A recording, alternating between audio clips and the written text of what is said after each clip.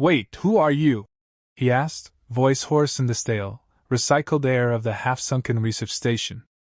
The corridor lights flickered overhead, revealing the faint outline of a lithe figure pressed against the crumpled hatchway. He couldn't see her face clearly, but he caught a glimpse of something glowing along her arms and shoulders. Bioluminescent lines pulsed there, as if they were veins filled with living starlight. He swallowed against the dryness in his throat, still adjusting to the faint chemical tang that clung to every wall and vent. She didn't respond, not in words. Instead, she leaned forward, her presence growing more vivid with each shifting flicker of emergency light. Her silhouette was slender, almost regal, and her head turned slightly to the side, evaluating him. Her eyes, he sensed more than saw them, seemed to reflect the meager glow in the corridor. The rest of her body was draped in thin, tattered fabric, but even from a distance he could see the way her skin, if that was what it was, glistened with some opalescent sheen. Then she made a sound somewhere between a hum and a hiss. He tried to keep his pulse steady, but she took a single step closer, and the floor panel beneath her foot gave a dull clank. She was close enough now that her scent drifted toward him, something delicate yet primal, reminiscent of sweet sap laced with hot metal. "I've never seen your kind here," he managed, carefully lowering the battered pulse rifle he carried. He was no soldier. He'd inherited the weapon from a friend who'd sworn it might save him one day. Right now it felt like a clumsy, cumbersome tool in his sweaty hands. He'd come to this abandoned station on a rumor. Supposedly, there were old stasis pods left in the medical bay that might fetch a good price on the black market. Any salvage from these lost frontier stations was worth a small fortune if you knew the right buyer. He'd expected the usual hazards: failing life support, security drones, maybe feral creatures. He hadn't expected an intelligent being, a woman with luminous patterns dancing across her limbs like living constellations. He squeezed the rifle's grip, wishing he had more answers, or at least the words to form better questions. "Look," he said, "I don't want trouble. Are you alone?" He got the impression she understood him perfectly, yet she held her silence for a moment longer, her throat giving a soft click. The corridor's overhead light stuttered again and cast them both in near darkness for half a heartbeat. When it flickered back on, she had closed the distance between them by another step. He almost jerked the rifle barrel up again but stopped himself. Her gaze was so steady. Up close, her eyes were ringed with a faint glow, and her pupils were elliptical slits that gleamed with an uncanny intelligence. He felt pinned by her curiosity. I can't see your face well," he said, stuttering slightly. "The lights here are no good." She inclined her head, still silent, then raised a hand to her cheek, a curious gesture that matched his words. Now, under the sputtering lights, he realized something about her features. She had a face reminiscent of a human's, but her skin was faintly scaled along her temples and jaw. Tiny, almost translucent flecks that caught the corridor's sterile luminescence in prismatic glitters. Her body, draped in a gauzy covering that seemed to cling more like living mesh than fabric, had ridges along the shoulders, and from those ridges extended slender filaments that glowed with pulses of shifting color. He watched, transfixed, as those filaments rippled in a pattern that made him think of a silent conversation. He wondered if she was trying to communicate through color or movement. He'd heard rumors of certain alien species who spoke through subtle gestures and tonal shifts. If so, her language might be flowing around him without his knowledge. That thought unnerved him more than if she'd taken a shot at him. He cleared his throat again, tried to remember any universal greeting. In desperation, he lifted his right hand palm outward, hoping that was recognized as non-threatening. "I'm not here to fight," he said softly. She stepped closer, now only an arm's length away. With careful deliberation, she reached out and touched the muzzle of his pulse rifle, lowering it. He let her. The subtle pressure of her fingertips was enough to pull the weapon from his uncertain grip. Her hand lingered there, not to disarm him completely but as if she were tasting the feel of the metal, or tasting him by extension. "I am called," she began, and the word she spoke was a series of syllables laced with a tonal hum that made his ears prickle. It sounded like Saren, though not precisely. Her mouth formed a shape that he wasn't sure his human tongue could replicate. But it was enough. She had a name. And that meant there was some bridge between them, some chance of conversation. He nodded. Saren. I'm Falion, he replied, echoing the name a friend had once teased him for. People said it sounded more like a smuggler's alias than a real name. Maybe it suited him. He'd been drifting from one outpost to the next for years, never staying long, always searching for that elusive big salvage score to give him enough credits to buy a small cargo ship and vanish to some calmer corner of the galaxy. He realized belatedly he was still staring at her. What are you doing here, Saren? In response, she trilled an exhale and turned her head toward a half-sealed door at the end of the corridor. When she looked back at him, there was a new tension in her shoulders, an urgency. Then, without waiting for him, she started walking. Her stride was graceful, shoulders shifting beneath that shimmering skin as she gestured for him to follow. He hesitated for only a second. There was something in her manner, in the gentle tilt of her head, that made him trust her more than he should. He took one last glance around, noticing how the corridor bore deep claw marks in the walls and scorched stains near the ceiling. Whatever had happened in this station was brutal, or at least desperate. The flicker of light made the corridor feel like a place haunted by the violence that had once erupted here. Holding his rifle in a lowered position, Falion followed. The station's labyrinthine corridors led them deeper into darkness until they reached a wide observation deck riddled with cracks. The thick glass overhead, meant to show a view of the star field beyond, was stained by the swirling dust outside the station's partial atmospheric bubble. The wrecked furniture and shattered data consoles suggested a hasty departure, or something more sinister. Yet amidst the wreckage stood an old medical stasis chamber. Its battered lights blinked in a random pattern, half of them burned out. He recognized the shape, a cylindrical stasis pod large enough for maybe 2 bodies. Saren moved to stand beside it, placing a hand on the metal. Her filaments flared brighter for a moment. She turned to him, her voice low and lilting. Broken. They tried to fix it, but they did not succeed. She spoke halting standard, as if each word needed to be coaxed from memory. I have waited for a chance to find help. Falion stepped closer, running his hands over the old hardware. You speak my language, he said, mostly to himself.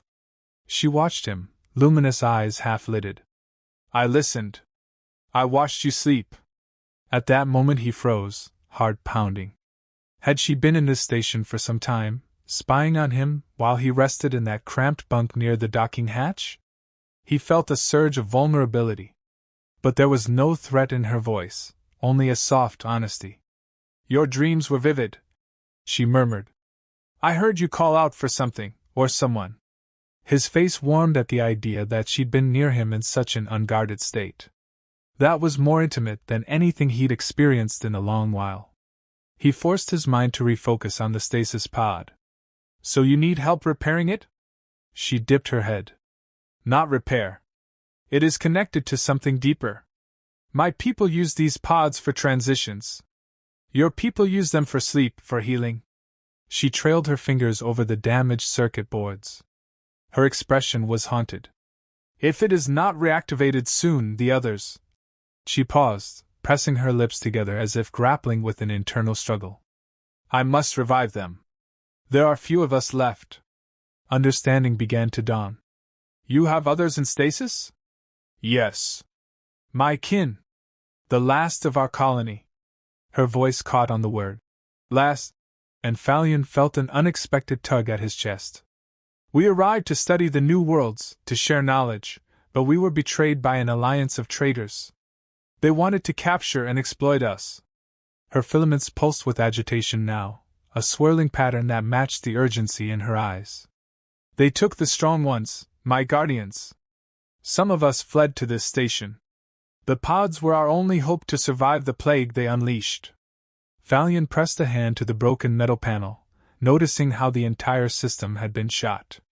Burn marks from a plasma weapon indicated a sabotage. They really did a number on it. He exhaled. Is your family still in those pods? Saren nodded solemnly, looking away. Sleeping, if it can be called that. He wasn't sure what to say. This was beyond mere salvage. He'd stumbled into a tragedy. Yet her presence, the glow of her living filaments, the earnest ache in her voice, compelled him. He found himself running through possible solutions, though he wasn't any sort of engineer. I might know some people who could help, he said. But they'd want payment. And we need more equipment than what's lying around here. Payment. She said the word slowly, testing it on her tongue. The concept clearly wasn't foreign to her, but she studied him as if evaluating what he might want. I have knowledge. I can speak many tongues. I have crystals that we use to store data, my people's star maps, our research on xenobiology. If that is what humans value, I will trade it for the life of my kin. Falian's heart thumped. A data crystal from an unknown species could fetch immeasurable wealth, depending on its contents. But more than that, he sensed the heartbreak in her. She wasn't bartering for her own future. She was sacrificing precious secrets to save her people. His throat felt tight. He wanted to promise her the world, but he was just a drifting pilot with a half-functional ship. I don't know if I can fix this, he said, gesturing to the battered stasis chamber. But if we can get my vessel's generator wired into the station, maybe we can power some of the systems here. Then I can send out a transmission for help. But we'll have to be careful. Those same slavers might be monitoring signals from this sector. Saren stepped closer, so close now he could see the faint texture of her scaled cheeks, and the way her breath trembled with some unvoiced tension. She looked up at him, and for the first time he caught the faintest swirl of color shifting through her eyes. They watch the stars. They want to catch me, to use me. They say I have a rare gift. Her filaments quivered. I don't want to be alone in this. He felt something stir inside him at her vulnerable tone. Slowly, he reached out and rested a hand on her forearm. The scales there were smooth, warm, alive in a way that made him think of ocean creatures that glowed in the deep. Her eyes flickered to his hand, then back to his face. In that shared breath, he felt a spark of connection, an unspoken understanding that they were bound by circumstance and maybe by something deeper. Then you're not alone, he said quietly. We'll figure this out. She let out a slow exhale, as if releasing tension she'd carried for too long. Their proximity felt charged, and he noticed how her filaments changed hue again. Even in that moment, a flush of warmth spread across his chest. He forced himself to focus. Show me the rest of the station, he said, stepping back, though he had to will himself to break the contact. We can start by seeing if there's a functional generator room. She nodded, leading him deeper through the corridors. The flicker of light made him wince, but he soon forgot the discomfort in favor of the growing awareness of her presence. Every time her body moved, the glowing lines across her skin rippled in patterns that caught his eye. She had an uncanny grace, born from a physiology clearly not human. He found himself wondering what her people were like before tragedy struck. She had mentioned a plague. A betrayal. Slavers. The heartbreak in her eyes said more than words could convey. They navigated through rusted doors and debris-strewn passageways. Occasionally she would pause, placing a hand against a wall or a console, letting her filaments glow more brightly, as though she could sense residual energy.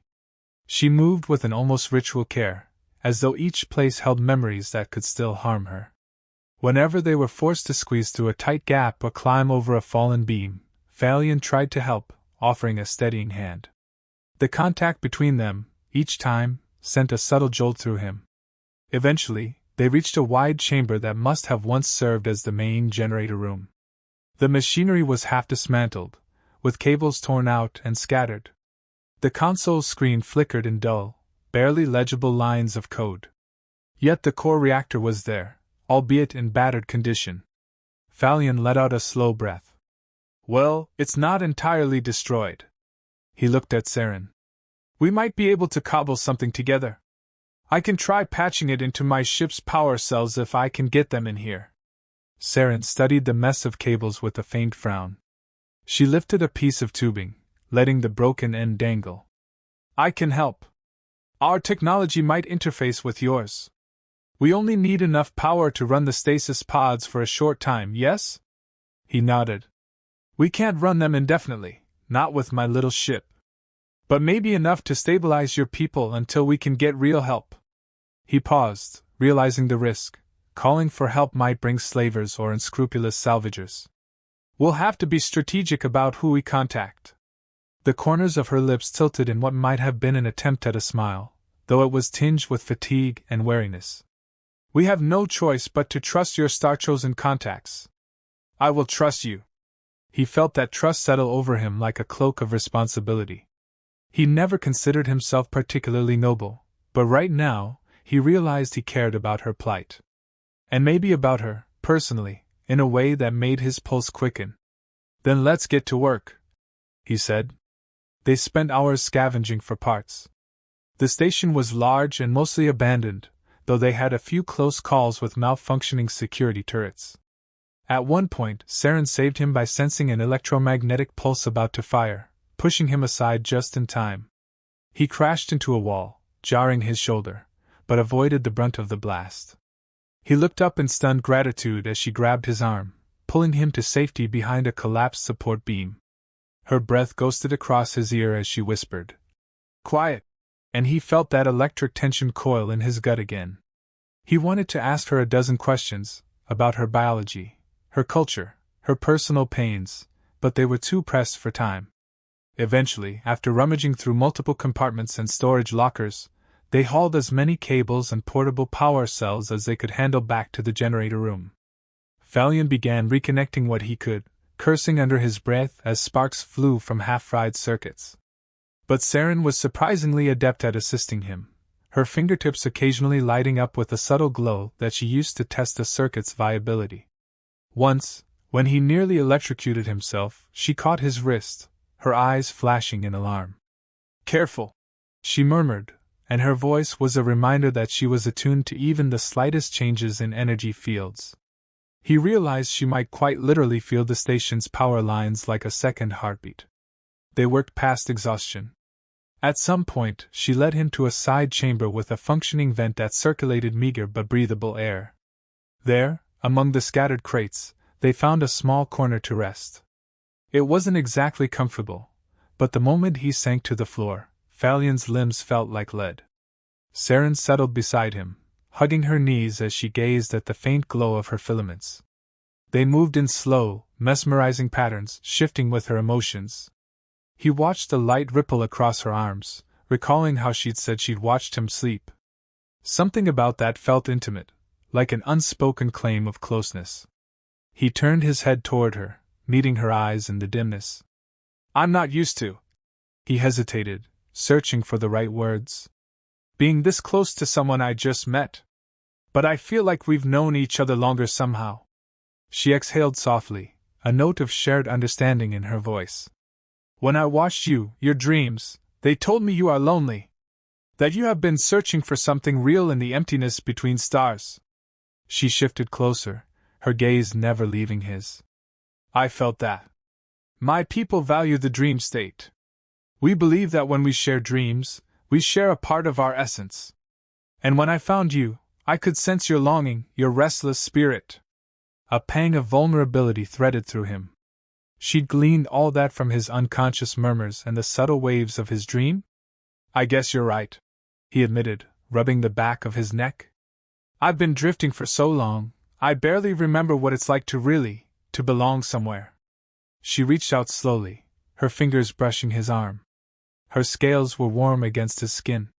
"We are not so different," she whispered. "My people once traveled, seeking connection with new species. We believed in harmony, in sharing knowledge. But we were exploited. Now we hide. We have lost our sense of place, too." That gentle contact sparked an ache inside him. He let her touch linger, the silence between them speaking volumes. In a moment of quiet impulse, he covered her hand with his, amazed at the softness of her scaled knuckles and the gentle pulse of warmth beneath them. He had a fleeting thought that he should keep his guard up. Yet it was already slipping away, replaced by a tender curiosity about who she was behind those luminous eyes. Time seemed to blur. Exhaustion tugged at him, but he couldn't tear himself away from the faint comfort of her presence. She must have sensed his fatigue because she leaned closer, the glow of her filaments casting delicate patterns across his face. "Rest," she said softly. "I will watch you again." He almost chuckled. "You have a habit of that, huh?" She tilted her head, a faint smile forming, though it was laced with sadness.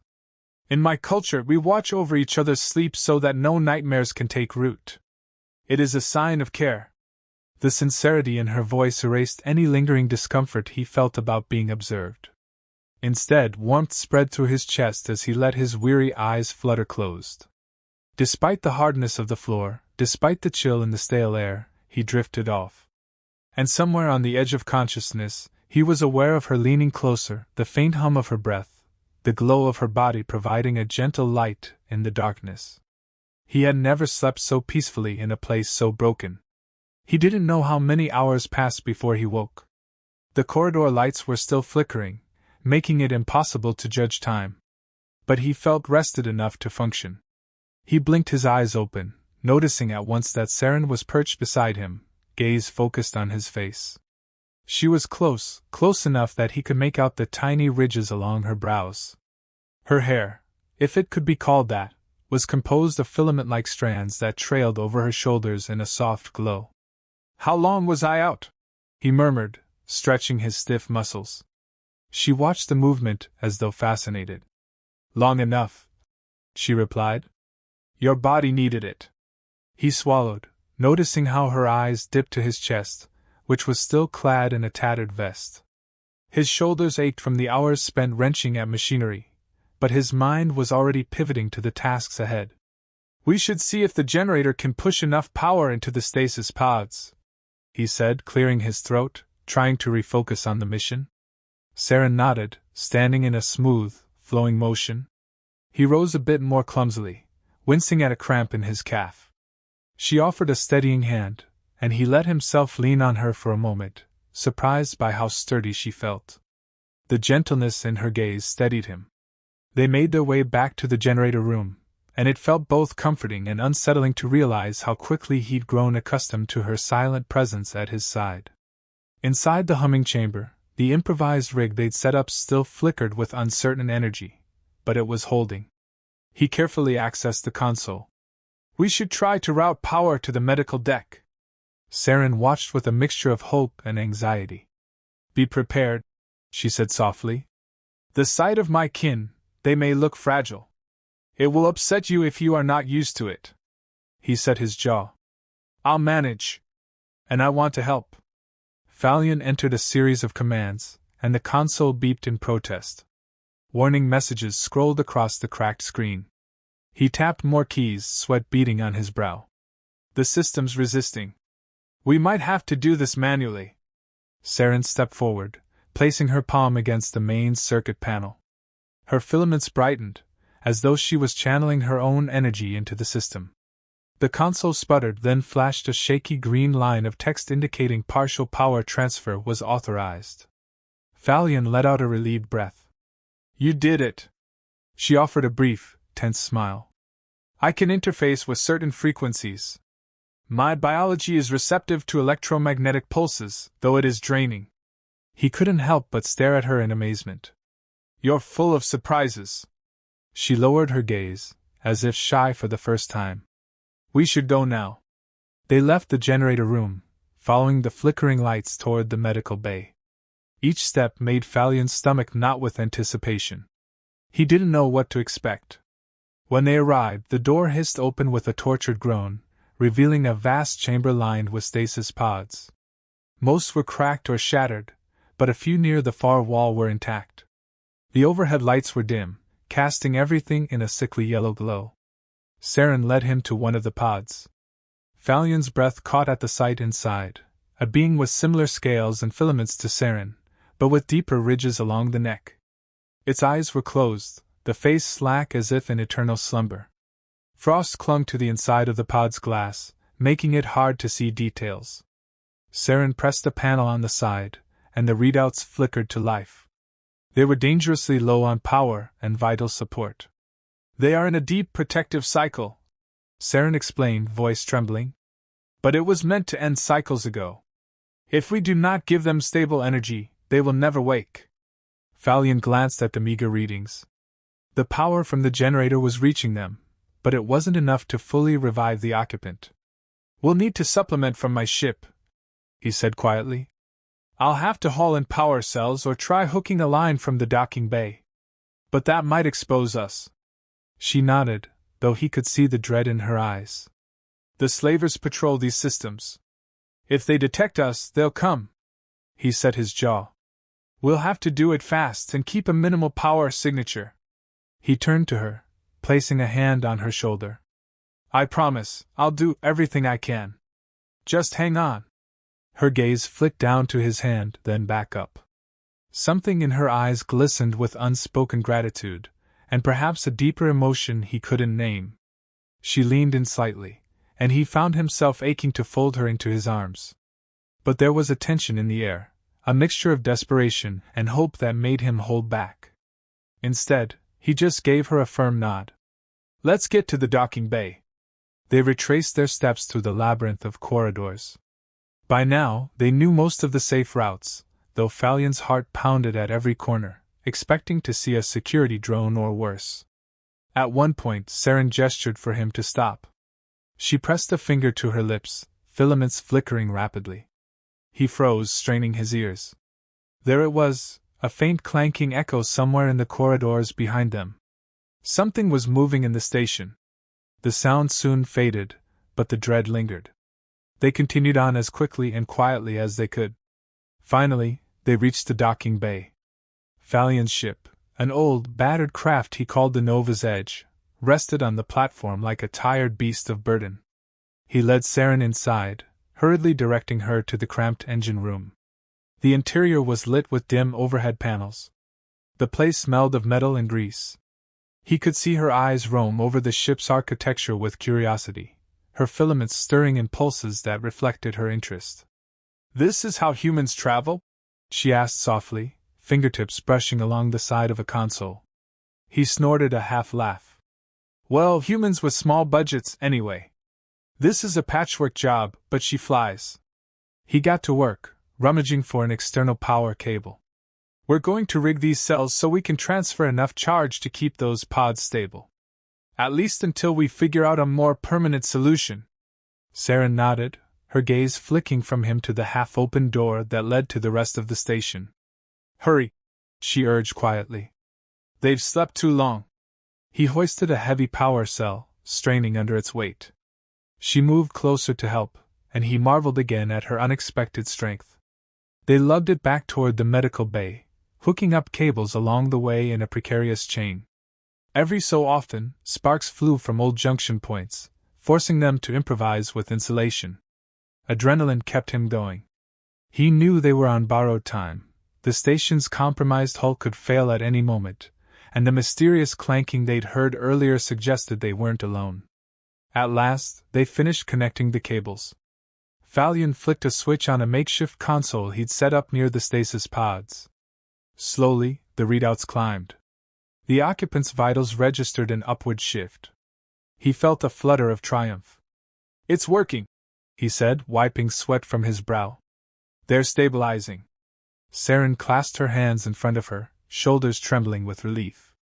Thank you, she whispered, glancing at him with a depth of gratitude that made his chest tighten. But the moment was shattered by the sudden wail of an alarm. Red lights flared along the walls. Falion cursed, checking the console readouts.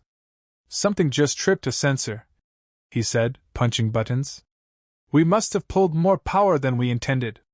The station's security system is going into lockdown. A mechanical voice crackled over the decrepit speakers, spewing a garbled warning in an old security dialect. Falion's heart pounded. Then he heard a distant crash, likely the same door that had once sealed them from the rest of the station. The entire structure shuddered as if an external force was trying to break through. Saren's eyes went wide. The slavers? He didn't have an answer. They both turned as a deafening metallic screech echoed through the corridors outside. Suddenly, the readouts on the stasis pods began flickering.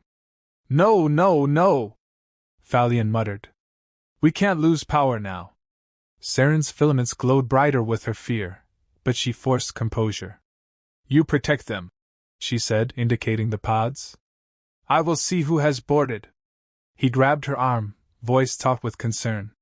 It might be dangerous. She stared at him with an intensity that made his breath catch.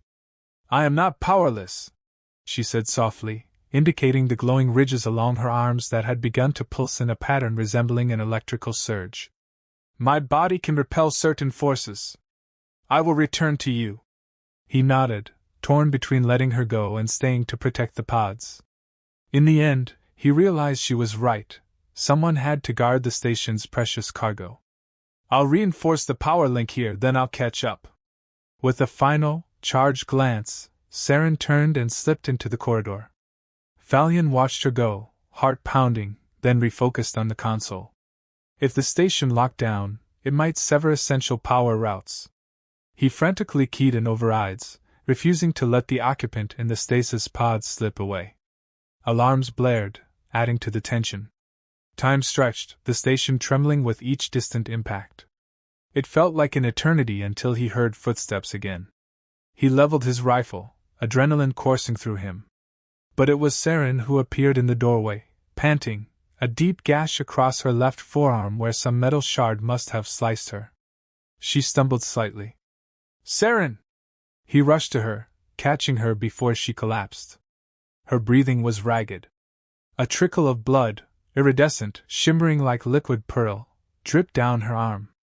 Her filaments flickered erratically, as if her body was struggling to maintain its luminescent functions. He cursed under his breath. What happened? Drones reanimated. Old station defenses. And not alone. I saw a ship docking. She clenched her teeth, fighting for composure. They have mercenary markings. They might have tracked us. His blood ran cold. We need to get out of here. But your people. She pushed away from him, standing tall despite her injury. We will fight. My kin will fight with me if we can wake them. Just a little more time. Falion nodded, though the plan sounded near impossible. We'll rig the stasis pods to release them. But we have to keep them from dying in the process. She pressed a hand to her wound, wincing. Yes. Working quickly, Falion transferred additional power to the control panel that oversaw the entire row of pods. If he could rouse at least one or two more of Saren's kind, they might stand a chance against whoever was coming. The station's battered defenses alone wouldn't suffice. As he worked, the flickering overhead lights cast everything in a frantic, strobe-like glow.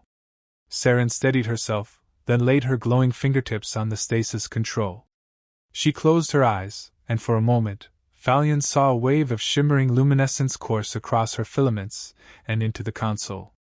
The pods hummed to life, frost melting.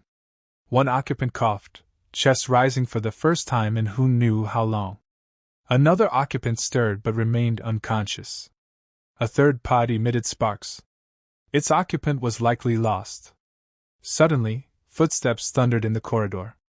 Falion spun around just in time to see a group of armed figures storm in. They wore piecemeal armor, their faces hidden behind tinted visors, weapons raised. Mercenaries for sure. Their leader barked an order for them to fan out. Falion raised his rifle, heart drumming. Saren let out a snarling hiss, her filaments flaring. The mercenaries hesitated, apparently startled by the sight of this glowing alien. But they had superior numbers. Step away from the pods, one shouted, weapon pointed at Saren. This station belongs to us now. And so do you. Rage flared in Falion's chest. He squeezed the trigger, firing a burst of plasma rounds that knocked two mercenaries off their feet. Energy blasts streaked through the medical bay, scorching walls and equipment. Saren dropped to a crouch and unleashed a sudden surge of what looked like electric discharge from her arms. It arced toward a mercenary who screamed as his armor short-circuited. Chaos reigned. Falion ducked behind an overturned medical table, returning fire whenever a mercenary took aim at him. Saren moved with fluid swiftness, her shimmering hair whipping around as she darted between vantage points. Yet for every mercenary they incapacitated, more seemed to pour in. Falion risked a glance at the stasis pods. One of Saren's kin had opened their eyes, deep luminescent orbs that glowed with confusion. The figure stumbled out of the pod, collapsing to their knees as if learning to breathe again. Another occupant was stirring, but the fight was too fierce to offer help. Saren let out a cry of frustration, pinned behind a wall of wreckage. Falion's chest clenched. He had to protect her and her people, but the odds were grim. Then, from somewhere near the corridor door, a deep, resonant hum emerged. The occupant from the first pod had found the strength to stand. Their filaments flashed in a frantic pattern. Gathering energy in their palms, they hurled a wave of shimmering light at the nearest mercenary. It struck with enough force to fling the attacker into the far wall, leaving him sprawled in a heap. The newly awakened alien stumbled, obviously weak, but still determined. The second awakened occupant joined them, adding another wave of luminescent discharge. For a moment, Falion felt a surge of hope. But the mercenaries regrouped. "We want them alive!" their leader shouted over the chaos. "But take down that human if you must!" Immediately, a hail of gunfire peppered Falion's position. He lunged aside, barely avoiding a lethal volley. Heat seared across his thigh where a stray shot grazed him. He let out a pained grunt, falling behind a console. Saren scrambled to his side, worry etched in her glowing eyes. "You're hurt," she said, reaching for him. He felt her warmth even through his pain. "I'll live," he ground out. "We can't hold them off forever. We need a plan." Before she could respond, a flash of movement drew their attention. The occupant from the first pod, the one who'd mustered an energy blast, had collapsed again, their filaments flickering sporadically. They weren't ready for a prolonged fight. The second occupant was pinned down by two mercenaries approaching with stun rods. This was a desperate stand. As Falion tried to think of a way out, the station trembled violently. A massive explosion rattled the walls, and the overhead lights flickered out completely, plunging them into near darkness. Only the red emergency bulbs remained, casting ominous shadows across the medical bay. One of the pods sparked, then died. The humming of the improvised power rig sputtered. His heart sank. That explosion might have taken out the generator room or his ship's power cable. In the strobing red light, he heard Saren's voice, raw and urgent. "They want me. They have always wanted me. My gift. If I go to them, they might spare you." He gripped her arm, ignoring the sting in his leg. "I'm not letting you do that. They'll just take us all. We stand together." She searched his face, her expression torn. Her filaments danced with alarm, but in the midst of it all, there was a softness in her gaze. "You said I'm not alone? Let that be true." Falion's chest tightened. He wanted to pull her into an embrace right then, if only to shield her from the brutality swirling around them. But the fight was not done. Gritting his teeth, he met her eyes. "We stand together," he repeated. She nodded, then lifted her arm, summoning another crackle of bioelectric energy. But it was weaker this time, her reserves nearly drained. Falion pressed the butt of his rifle to his shoulder, scanning the gloom for their enemies. The mercenaries had taken cover behind overturned metal consoles, forming a perimeter. They were outnumbered, cornered in this chamber. He bit back a wave of panic. In desperation, he glanced at the stasis pods. The occupant who had collapsed was trying to stand again. The second occupant staggered to the first side, offering support. Saren's kin were conscious, if barely. Perhaps enough to fight. Or to flee. But how? The only exit was blocked. He made a snap decision. "Cover me," he hissed to Saren. He lunged toward a side console, ignoring the burning pain in his thigh. With trembling fingers, he brought up the station's layout. "If I can vent certain corridors, we can block them off. We might funnel the mercenaries into one route, then slip out another." Another hail of bullets rattled the console.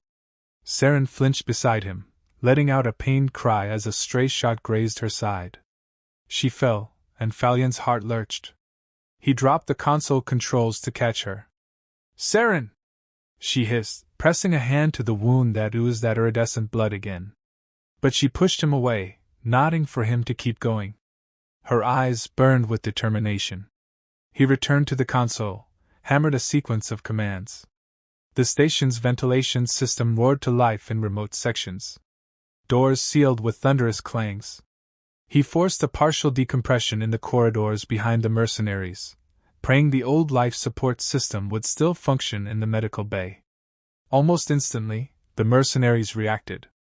Their leader shouted, "They're tampering with life support! Fall back!" The rest was lost in a crescendo of rushing air. Another set of explosions rocked the distance as sealed doors tore under strain. Falion seized the moment. "Now!" he barked, hauling Saren upright and gripping his rifle in the other hand. The newly awakened aliens tried to follow, stumbling after them. They fled deeper into the station, ironically heading away from the docking bay because it was likely swarming with mercenaries. The alarm continued to howl, and the station's hallways felt like a labyrinth of smoke, sparks, and flickering red lights. A sense of doom settled over him, but he clung to the slender hope that they could lose their pursuers and find another exit. They stumbled through a half-collapsed corridor, sparks raining from overhead cables. Saren leaned heavily on him, her breath ragged. The two other aliens followed behind, one supporting the other's weight. Falion's mind spun with contingency plans. If the mercenaries had a ship docked, maybe they could slip aboard. But that was a huge gamble. Alternatively, they could try to reach the far side of the station, rumored to house an old cargo bay. Possibly an escape pod. But the station was in shambles. Who knew if any pods remained? Another boom shook the floor. More smoke. Falion cursed. The air was getting thin. Overhead vents hissed with failing oxygen. "Stay close," he urged, pulling Saren through a jagged breach. His heart pounded as he recognized the cargo sector. The wide, open space was littered with rusted crates and half-toppled shelving units. Massive blast doors led to an exterior docking clamp that might once have accommodated larger ships. It was quiet here, with only the distant shriek of metal and alarm sirens echoing in the distance. Saren's gaze flickered around.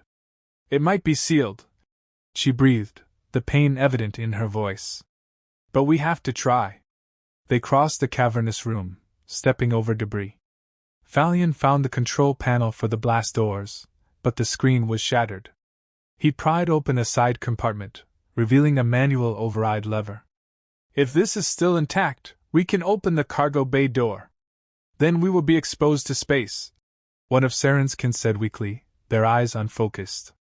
But Falion shook his head. "This station has an outer shield bubble for cargo loading. It might still function. If so, we can step onto the exterior platform without decompressing." Desperation fueled him as he wrenched the lever. With a tortured groan, the massive doors began to open. Red emergency lights strobed across the threshold. Beyond the doors was a wide metal platform braced against the station's hull. He could see the swirling dust clouds of the planetoid's thin atmosphere. The protective shield crackled like faint lightning overhead, presumably holding out the worst of the vacuum. It was dangerously unstable, but better than the chaos inside. They hurried onto the platform. Cold air lashed at them, carrying the acrid tang of ionized particles. The shield overhead flickered ominously. From here, they had a partial view of space, a starry void marred by the swirling dust of the planetoid's environment. Off to one side, Falion's gaze locked on a small ship. It was moored to the station's external docking clamp, likely the mercenaries' vessel. A ramp extended from its hull to a docking ring. The ring was sealed shut. If they could access that ship. A roar behind them cut through his thoughts. The mercenaries.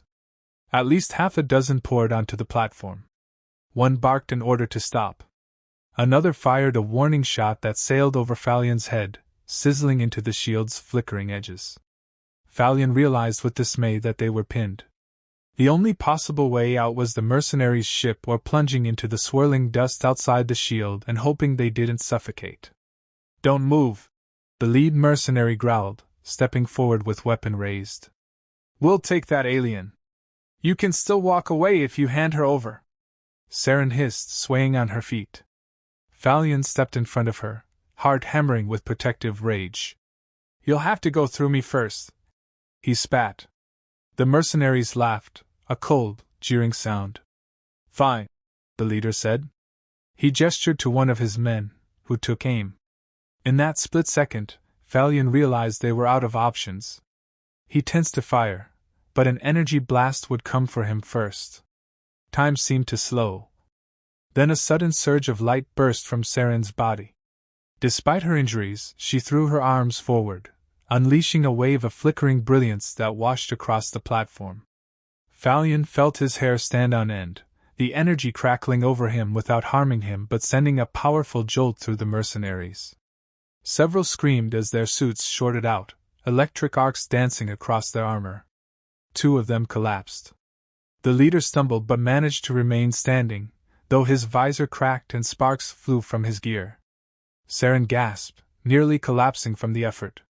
Falion grabbed her, half carrying her forward. The mercenaries still standing tried to regroup, but Falion saw their confusion. He squeezed off a volley of shots with the rifle, forcing them to dive for cover behind a crate. Hard hammering, he led Saren and her kin toward the mercenaries' ship's ramp. The dust-laden wind howled around them. The shield overhead flickered dangerously. They scrambled up the ramp, dragging the 2 awakened aliens with them. Inside the small docking ring, Falion found a security console. He slammed a fist into it, ignoring the pain in his battered hand, until the panel cracked enough for him to manually override. He hammered a series of commands, forcing the ring to pressurize and connect to the mercenaries' ship's airlock. Come on, he muttered. Behind them, the mercenaries recovered, bounding up the ramp in pursuit. Blaster shots ricocheted off the metal walls, a near miss singing Falion's sleeve. At last, the airlock whooshed open. They piled inside, slamming the control to close it behind them. An angry pounding on the other side told him the mercenaries were seconds behind. He jammed a welding torch, a piece of gear clipped to the interior wall, into the manual lock, effectively fusing it shut from the inside. It wouldn't last forever, but it might buy them a moment. "Is it space-worthy?" Saren asked weakly, leaning against the wall. "Let's hope so," Falion said, leading them deeper into the vessel. The interior was cramped, with crates of illicit cargo stacked in the corridors. They stumbled into the cockpit, a narrow chamber with 2 pilot seats and a cluster of outdated navigation screens. He shoved aside a helmet left on the console. "We have to get out of here before they breach the lock." Saren sank into one seat, trembling. Her eyes were half-lidded with pain, and her filaments glowed erratically. Her kin hovered in the corridor, one of them leaning heavily on the other. Falion dropped into the pilot's chair, letting muscle memory take over. He powered up the engines, wincing at how the ship rattled. The system readouts were in a language he only partly recognized, but the layout was standard enough. "Hold on," he said through clenched teeth. A jolt from behind them indicated the mercenaries were trying to cut through the welded lock. The engine roared to life, shaking the entire hull. He forced the docking clamps to release. Outside the cockpit window, the shield bubble flickered again. The Planetoid's dust storm raged in swirling clouds of red and brown. He gripped the controls, heart in his throat. The thrusters engaged with a burst of power, lifting the ship off the docking pad. Then came an impact on the interior hatch door. Metal squealed. The mercenaries were seconds away from bursting in. "Come on!" Falion growled, slamming the throttle forward. The ship shuddered, then lurched away from the station. For a moment, Falion feared they'd be yanked back by some autolock. But the thrusters overcame it, and they soared free into the swirling dust. The station receded behind them, battered hull illuminated by scattered blasts of lightning from the storm. The cockpit sensors beeped frantically, struggling to maintain a stable reading in the planet's turbulent atmosphere. Saren clutched the side of the seat, her breath shallow. Falion fought the controls, guiding the ship upward through swirling debris. Finally, with a triumphant surge, they broke free into the cold vacuum of space. Behind them, the station grew smaller, half-wreathed in dust. The sensor readouts were garbled, but Falion manually plotted a course away from the planet's orbit. "They'll have another ship," one of Saren's kin croaked. "They'll chase us." Falion gritted his teeth.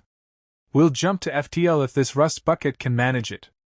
Otherwise, we'll hide in the nearest asteroid field. His mind raced. With any luck, they'd have a few minutes to activate faster-than-light engines. He scanned the console, flipping switches that looked relevant. Saren tried to sit straighter, grimacing at her wound. They would not risk damaging this ship if it was their only transport. Perhaps it is the only one they have in this sector. Her quiet words gave Falion a glimmer of hope. The mercenaries might have planned to remain on the station for an extended time, not expecting to lose their ship. That gave them a window of escape. Let's see if we can outrun them, he said, flipping more switches. The FTL spool-up glowed on a screen. Damn. It's going to take a few minutes to charge. He risked a glance over at Saren, noting how pale she looked, how unsteady her breathing was. Anger flared inside him at the mercenaries who had done this, at the callous betrayal she and her kin had suffered. He'd known her only a short time, yet he couldn't stand the thought of losing her. With a determined glare, he focused on the controls. We'll get out of here, he vowed, not just to himself but to her, to them. Seconds ticked by like hours. The battered engines groaned, but the FTL drive's charged bar crept upwards on the flickering display. Saren's kin sank to the floor in the hallway, too weak to stand. Falion's own leg throbbed, and every muscle felt like it was on fire. But he kept them steady. At last, the FTL readout flashed green. He keyed in random coordinates away from known trade routes, anywhere that might grant a moment's peace. We're jumping, he announced. With a deep breath, he slammed the lever forward. Reality stretched, the stars warping as the ship lurched into faster-than-light travel. A dull roar vibrated through the hull, and the cockpit lights dimmed. For a terrifying moment, the ship's entire power system threatened to fail. Then, with a sputter and hum, it stabilized, carrying them into the shimmering corridor of FTL space. Falion let out a ragged breath. They'd escaped, barely. He turned in his seat, meeting Saren's eyes. She looked back at him, her expression a mixture of relief and exhaustion. We made it, he whispered. She nodded slowly, the corners of her mouth lifting in a shaky smile. Thank you, she managed, tears glistening in her eyes. Before he could respond, she slumped forward in a faint, filaments dimming. Falion lurched toward her, heart pounding in alarm. Hey, hey! He caught her shoulders, checking her vitals. She was still breathing, but she'd lost too much blood. Her injuries were more severe than she'd let on. Falion gently lifted her, glancing over her scaled skin for the bullet graze and any deeper wounds. Stay with me, he murmured, carrying her to the cramped med station in the corridor. It was little more than a first aid kit stowed behind a panel. He knelt, gingerly placing her on a pile of crates. Her kin watched, too weak to offer assistance, but Falion could see worry etched on their features. He fumbled with the medical supplies, praying he'd find something universal enough to treat an alien. The kit contained a handful of basic disinfectants and coagulant foam, typically used for humans. This might sting, he warned softly, though he wasn't sure if her physiology responded the same way. With trembling hands, he applied the foam to her wound. She winced, stirring in semi-consciousness, her eyes fluttering open for a second to meet his gaze. It's okay, he whispered, brushing a strand of her filament-like hair from her forehead. Her skin felt cool, clammy. He wrapped a bandage around her torso, securing it as best he could. He turned to the gash on her forearm, repeating the process. Her iridescent blood shimmered in the dim overhead light. One of her kin crawled closer, pressing their own glowing fingers to Saren's temple. A faint pulse of light passed between them, and Falion watched in awe. It looked like they were sharing energy, or perhaps providing comfort. Either way, Saren's breathing seemed to stabilize. Falion exhaled in relief, feeling tension seep from his shoulders. He leaned back on his heels, letting the exhaustion crash into him like a tidal wave. The events of the last hours blurred together, the station, the stasis pods, the mercenaries, the desperate fight. Now, they were adrift in an unknown region of space, in a stolen ship on the run. Yet somehow, they had each other. Saren's eyes cracked open. She looked up at him, her gaze heavy-lidded but calmer. Thalion, she whispered, voice barely audible over the thrum of the ship's engines. He grasped her hand gently, mindful of the bandage around her forearm. I'm here, he said, weaving his fingers through hers. That single point of contact grounded him, reminded him that amid all the chaos, a fragile connection was blooming between them. A swirl of emotion welled up, something deeper than gratitude, something bright and unspoken. Her lips parted, as though she wanted to speak more, but the effort was too great. She slipped back into a half-sleep, chest rising and falling softly. The other alien withdrew their glowing hand, head bowed in silent exhaustion. Thalion gently set Saren's hand on her stomach and stood. He needed to pilot this ship to safety, find them a hiding place or a friendly port. He couldn't collapse yet. He limped back to the cockpit, leg throbbing from the graze. Collapsing into the pilot's seat, he checked the navigation readouts. The FTL jump would last another few minutes if the engines held together. He had no idea where they'd exit, but anywhere away from the mercenaries was better than that station. A swirl of possibilities swept through his mind. Perhaps they could find a hidden sanctuary among the frontier worlds. Maybe he knew some black market contacts who could be trusted, but that was unlikely. Or they could search for other pockets of Saren's species, if any remained. His gaze drifted back toward the corridor where she lay. He felt a fierce need to protect her, a resolve he hadn't felt for anyone in years. Her softness, her courage, the very scent of her. He recalled the way she'd watched him sleep, the gentleness in her touch, the raw vulnerability in her eyes. Something about Saren reached into the emptiness he carried and filled it with warmth. And she'd seen him, truly seen him, in that dreamlike moment on the station. He wasn't sure what that meant yet, but it felt profoundly real. He swallowed hard, returning his focus to the controls. One crisis was over, but countless challenges lay ahead.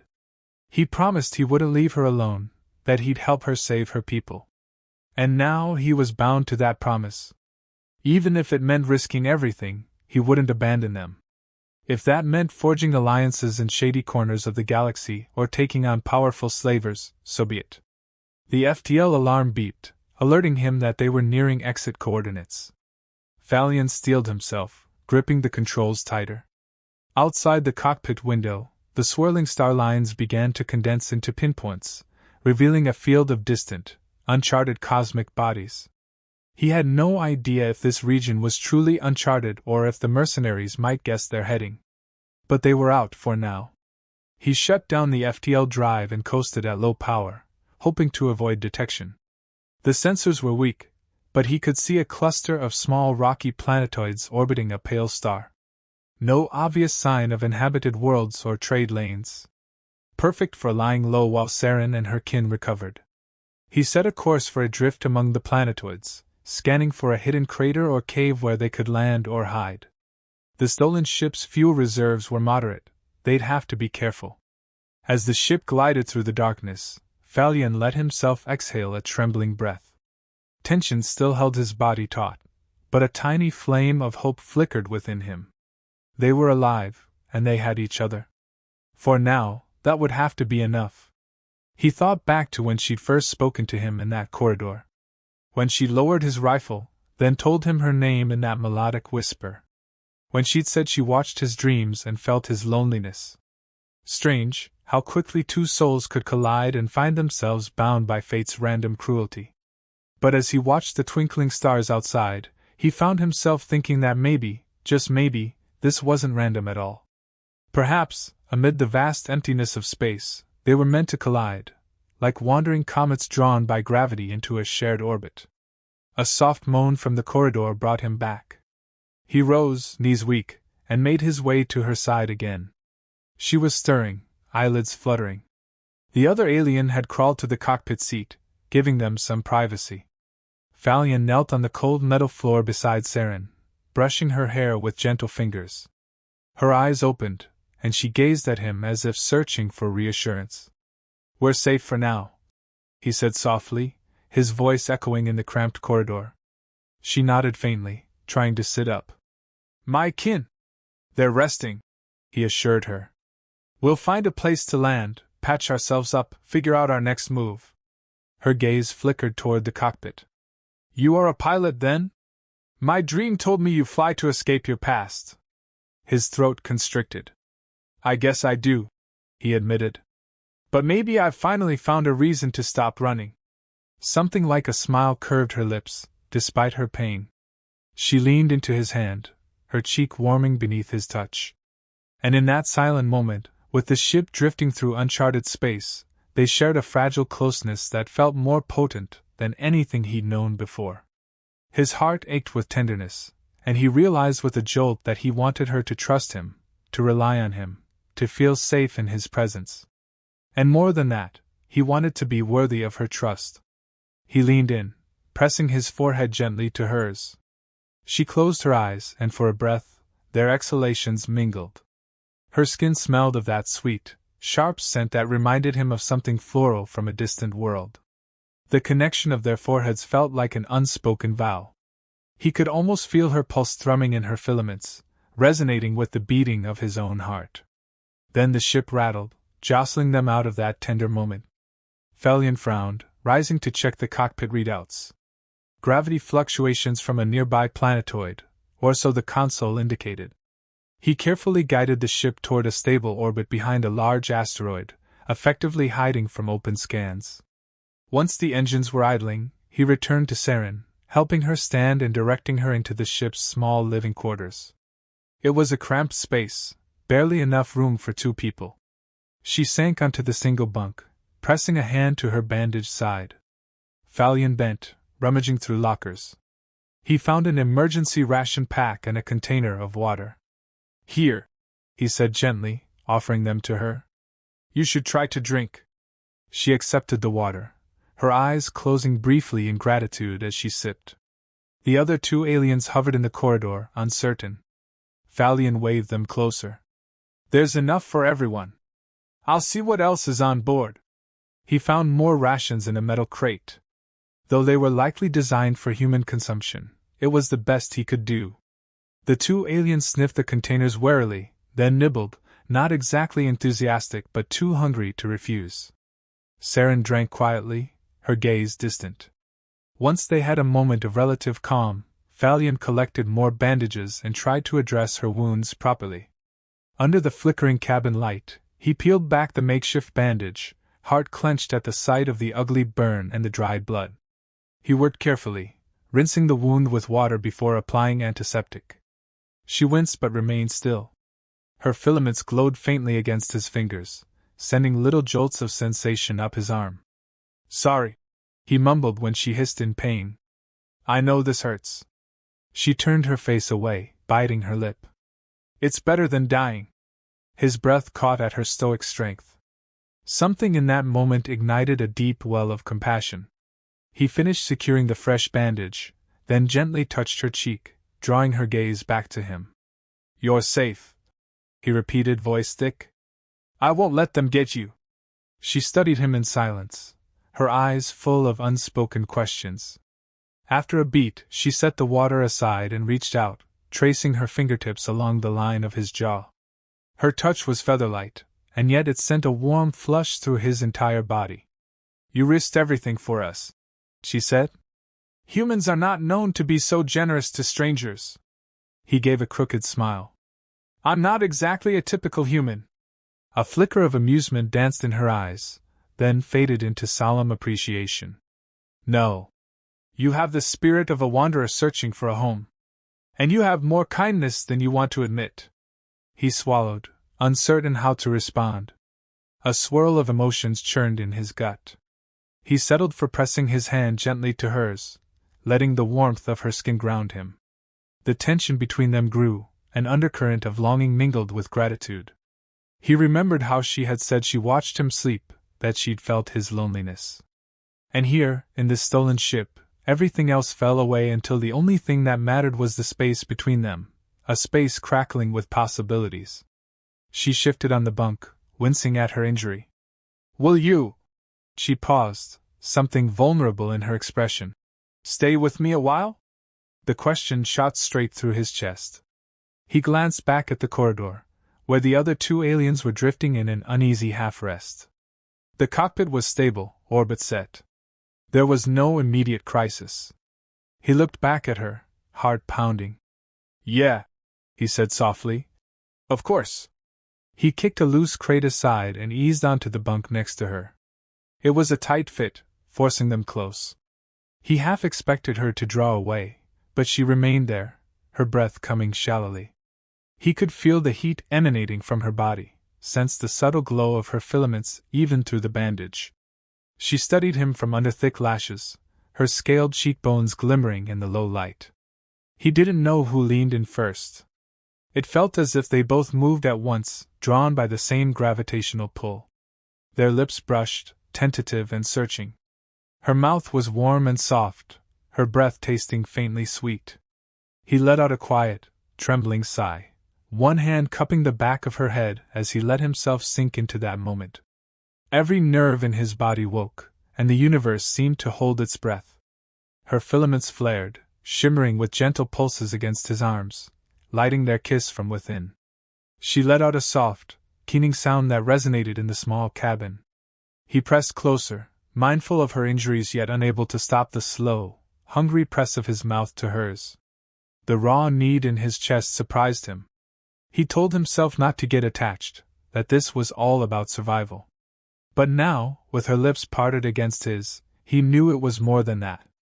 It was about connection, about the solace of finding a kindred spirit in a galaxy that often felt empty. Her hand clutched at his shoulder, a tremor coursing through her body as if relief and desire melded into one.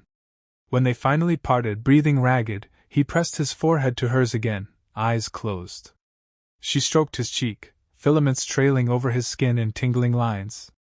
Words seemed unnecessary for a moment, replaced by the intimate hush that wrapped around them. He wanted to promise her safety, a future for her kin, a chance to rebuild what she'd lost. But he could only manage a breathy whisper. "You're not alone," into the tiny space between their mouths. She sighed softly, a note of hope coloring the sound. "Nor are you," she replied. The truth of that echoed in his bones. He'd been drifting for too long, pushing people away, always moving on before roots could form. Now, with her nestled against him, it felt like he might finally stop running. The moment lingered, heady with the taste of each other. Then the overhead lights flickered, reminding them of the precarious reality. They shared one more gentle kiss before he helped her lie back, tucking a thin blanket over her. She closed her eyes, exhaustion winning out. "Rest," he urged, brushing a thumb across her temple. "You need time to heal." She nodded, already half asleep, her filaments dimming to a soft glow. Falion rose carefully, reluctant to leave her side, but he had to pilot the ship and ensure they remained hidden. As he stepped into the corridor, one of her kin looked at him with weary gratitude shining in their eyes. "You have saved us," they said haltingly in half-broken standard. "We saved each other," Falion corrected gently. He motioned for them to take the other bunk further down. They complied, shoulders slumping with fatigue.